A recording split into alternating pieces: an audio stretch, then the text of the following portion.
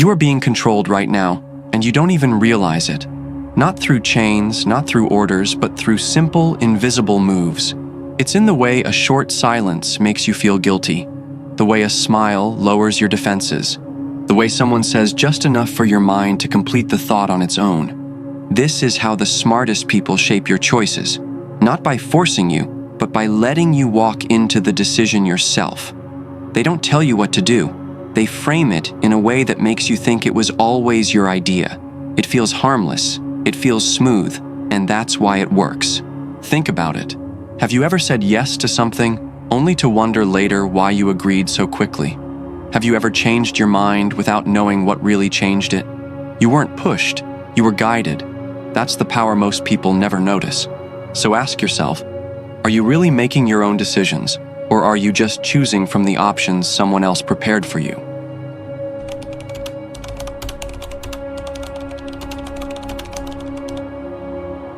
Most people are terrified of silence. They rush to fill it with words, apologies, explanations, and justifications. But in the realm of power, silence is not absence. It is presence, controlled, calculated, strategic. The loudest person in the room rarely holds the most control. Real power usually belongs to the one who speaks last, or stays quiet altogether. But why does silence work? What makes it louder than speech? Humans crave certainty. When they don't hear something, they make something up. The brain doesn't leave gaps. It fills them with projections, with fears, with hope, with anxiety. This is how you guide people, by letting them build the illusion themselves. In a negotiation, a pause makes the other person reveal more. In conflict, saying nothing puts pressure on the aggressor. In leadership, a thoughtful silence can shift the energy in the room faster than any speech. Silence doesn't mean passivity. It means restraint, precision, power. When you're silent, others expose themselves. Their insecurities start leaking through. They start trying to win you over, to explain themselves, to earn your reaction. And the more they talk, the more control they give away. As the ancient Chinese strategist Lao Tzu said, "He who knows does not speak. He who speaks does not know." Think of the chess player who pauses before the move, the therapist who says nothing after a confession, the judge who lets silence hang in the courtroom before delivering a verdict. In each case, silence does not weaken authority, it amplifies it. Speak less, and every word you do say will carry more weight. Remain calm, and your presence will do the talking. In a world addicted to noise, the one who can master silence becomes the one everyone listens to. The one who controls the silence controls the outcome. And the one who controls the outcome controls everything.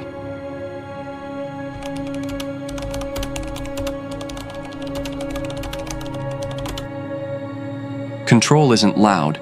It isn't barking orders or dominating with fear. Control is quiet, elegant, framed so well the person being controlled thinks they're making the decision themselves. This is the secret of real influence. Don't push, but redirect. People hate being told what to do, but they love feeling in control. So instead of forcing, offer a narrative. Shape how the situation is perceived, and people will act on your terms while thinking it was their idea. It's not about lying, it's about choosing what lens they look through. Reframing turns threats into opportunities, mistakes into growth, and rejection into redirection. Instead of saying, "This failed," say, "This clarified the path forward." Instead of, "We're behind," say, "We've eliminated distractions." Words change perception, and perception changes behavior. That's control. Politicians master this game. They don't say layoffs, they say restructuring the company. They don't say surveillance, they say national security. Why? Because the frame controls the reaction.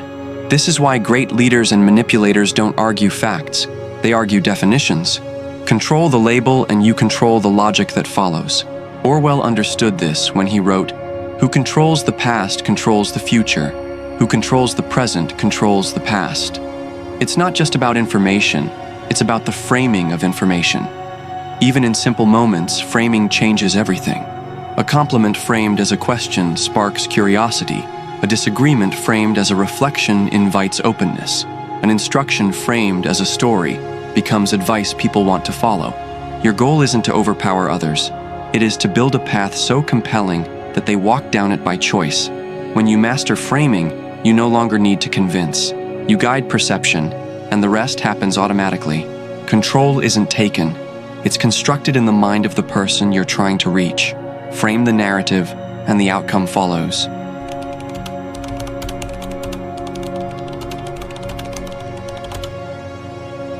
You cannot influence others until you master yourself. The easiest person to manipulate is the one who reacts. Why? Because every reaction is a signal. It shows exactly where you're vulnerable. If someone can make you angry, anxious, or defensive, they can predict your behavior. And if they can predict your behavior, they can direct it. This is how weak people give away power, by wearing their emotions on the surface, raw and unguarded. But here's the truth. Composure is control. Not coldness, not apathy, just discipline. Emotional discipline. When someone insults you and you smile, that's control. When someone raises their voice and you speak softer, that's control. When the room expects you to panic and you don't, that's power. Epictetus said, "Any person capable of angering you becomes your master." And he was right. But he didn't mean you should never feel anger. He meant, feel it, notice it, but do not let it choose for you. Reacting is instinct. Responding is strategy. This doesn't mean you suppress what you feel. It means you delay showing it. You study it. You ask, who benefits from this emotion I'm being baited into? When people realize they can't mess with your mind, they grow cautious. And in that caution, you gain ground. Because people fear what they don't understand. And a person who stays calm under pressure is a mystery most can't decode. Control your face. Control your tone. Control your pauses. Even a second of silence between words makes people rethink their stance. The world rewards calm minds in chaotic rooms, not because they know more, but because they leak nothing. You don't control people by overpowering them. You control them by being the only one who doesn't flinch.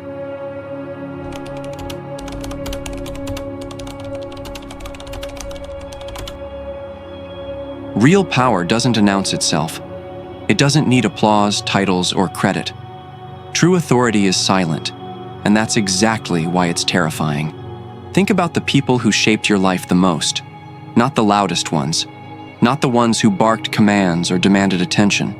The ones who made you rethink everything with just one sentence, or sometimes with just one look. Their power wasn't in how often they spoke, but in what happened the moment they did.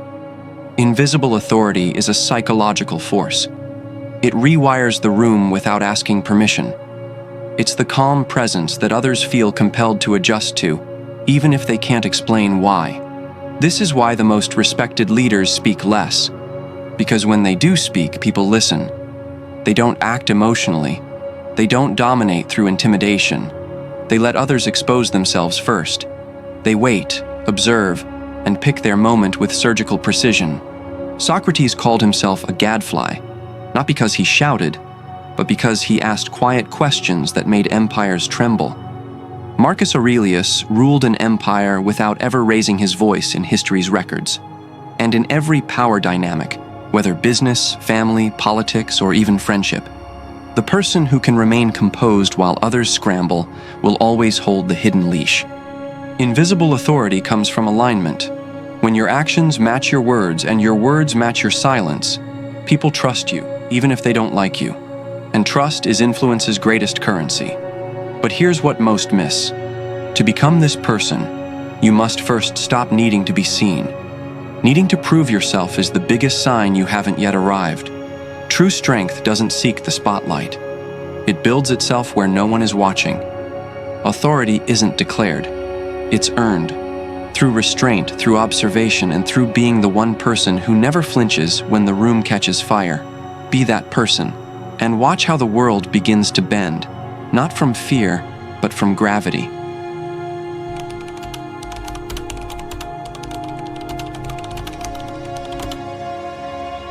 Control fails the moment people realize they're being controlled. That's the paradox. The more visible your grip is, the harder people pull away. They don't resist the result. They resist the feeling of being directed. Because once people feel forced, even the right decision feels like a trap.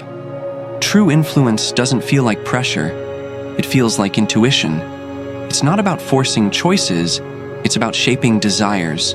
People think they chose it, believed it, discovered it, but they didn't. You led them there by making them feel like they arrived on their own. This is the final level of control, being the architect behind their choices while staying behind the scenes. Advertisers do this every day. They don't say, buy this, they ask, what kind of person do you want to be? And they let you fill in the rest. History remembers rulers, but it quietly bows to those who shaped the rulers. The speechwriter, the strategist, the voice behind the throne. Because when your influence is undetected, it becomes permanent. Margaret Thatcher once said, "Power is like being a lady. If you have to tell people you have power, then you probably don't." She knew this truth. When people notice they're being controlled, they push back. But if they feel like the decision is theirs, they follow it proudly. The goal isn't to dominate the spotlight, it's to write the script. You don't have to be the loudest voice in the room. You just have to be the voice that stays in their head long after the room falls silent. So ask yourself, are you building the stage or just acting on it? Are you the influence or the influenced? Type "Control is invisible" in the comments if this video flipped a switch in your mind. Let's see who truly sees behind the curtain. If you're done being the one who follows, it's time to start playing the role you were meant for. Subscribe if you're ready to think differently and lead quietly. See you in the next one.